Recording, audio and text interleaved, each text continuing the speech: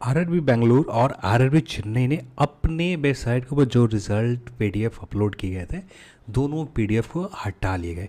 जैसे यहाँ पर हम लोग अभी आरआरबी बेंगलुरु जोन के ऑफिशियल वेबसाइट के ऊपर है, तो यहाँ से आप देख सकते हैं किसी भी तरह के कोई भी रिज़ल्ट का जो पीडीएफ है ना, यहाँ से हटा लिए गए। अभी मैं रिफ़्रेश किया पेज को, तो यहाँ पर होम सेक्शन में जाते हैं जिससे आपको लगे कि अपडेटेड है। रिजल्ट के ऊपर क्लिक करते हैं।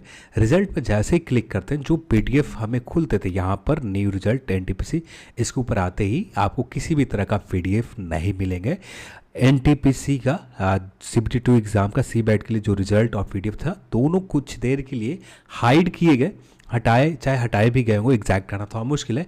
अब आरआरबी चेन्नई के वेबसाइट के ऊपर देखें तो आरआरबी चेन्नई की वेबसाइट पर भी कुछ ऐसा ही है। आरआरबी के चेन्नई की वेबसाइट से भी रिजल्ट को हटा लिए गए। तो यहाँ पर देखें तो यहाँ पर रिजल्ट के पीडीएफ पर आते हैं, क्लिक किया हम लोगों ने रिजल्ट के ऊपर, और यहाँ पर चेन्नई जोन की वेबसाइट को ऑफिशियली क्लियर भी मेंशन कर दिया गया कि जो रिज़ल्ट आपने चेक किया उस रिज़ल्ट को वापस लिए जाते हैं।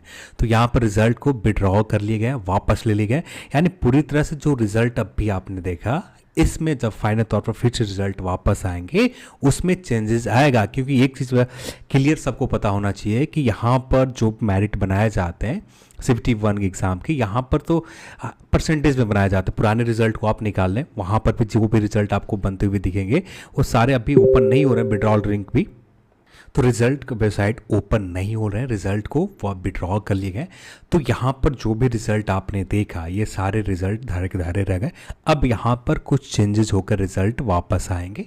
अब ये रिज़ल्ट शायद हो सकता है कि 1-2 दिन के बाद ऑफिशियल वेबसाइट के ऊपर या शाम तक ही ऑफिशियल वेबसाइट के ऊपर आ जाए, पर अभी तक तो इंतज़ार करना पड़ेगा। अभी के लिए यही है कि रिज़ल्ट के लिए इंतज़ार करना पड़ेगा। रिज़ल्ट के लिए कितना इंतज़ार करना पड़ेगा ये कहना बहुत मुश्किल है। रिज़ल्ट में कुछ गड़बड़, जैसे हम सभी को पता है, आप पुराने रिजल्ट को जब आप ओपन करते हैं, जैसे आरआरबी चेन्नई के जोन के ऊपर हम लोग वेबसाइट के ऊपर आ गए और यहाँ पर हम पुराने रिजल्ट को चेक करते हैं एनटीपीसी के, तो यहाँ पर यदि पीडीएफ होंगे रिजल्ट का पीडीएफ चेन्नई जोन के ऊपर, तो हम लोग मिल जाएंगे यहाँ से।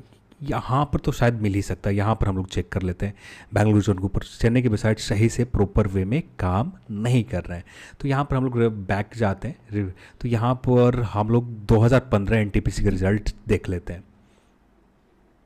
तो यहाँ पर जो रिज़ल्ट अपलोड किए गए हैं, तो वो फाइनल रिज़ल्ट अपलोड किया, तो इससे तो पता नहीं चलेगा। फाइनल रिज़ल्ट में 100% के ऊपर ही देखे जाते हैं। तो क्या होता है, ऑफिशियल तो हमें शाम तक या फिर से रिज़ल्ट अपलोड होने के बाद ही पता चलेगा कि हाँ, इतना तो कंफर्म रहे कि यहाँ पर रिज़ल्ट में कुछ गड़बड़ी थी जिसकी वजह से ही रिज़ल्ट को वापस लिए गए हैं। यहाँ पर यदि रिज़ल्ट में गड़बड़ी नहीं होती तो रिज़ल्ट को वापस नहीं लिए जाते।